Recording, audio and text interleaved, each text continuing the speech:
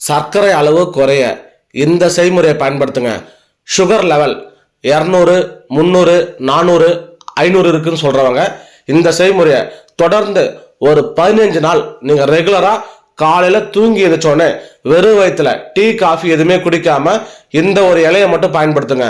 15 நாள்ல உங்களுக்கு சர்க்கரை அளவு பார்த்தீங்கன்னா குறைஞ்சிருக்கும். செய்முறையை சொல்றேன், கரெக்டா கவனிங்க. கொய்யா இலை துளிரா இருக்கக்கூடிய, அதாவது கொழுந்தா இருக்கக்கூடிய கொய்யா இலை ஒரு 5 இலையை மட்டும் எடுத்துக்கங்க. எடுத்துட்டு நல்லா சின்ன சின்னதா கட் பண்ணிக்கங்க. கட் பண்ணதுக்கு அப்புறம் 200 ml தண்ணி ஊற்றி அதில் அந்த கொய்யா இலையை போட்டு நல்லா கொதிக்க வைங்க. கொதிக்க வைக்கும் போது சிம்மில் வச்சு கொதிக்க வைங்க. கொதிக்க வச்சு ஒரு 20 நிமிஷம் கழிச்சு அதை இறக்கிடுங்க. 200 ml தண்ணி 100 ml ஆகணும். அந்த அளவுக்கு இறக்கிட்டு அதை வடிகட்டிடுங்க.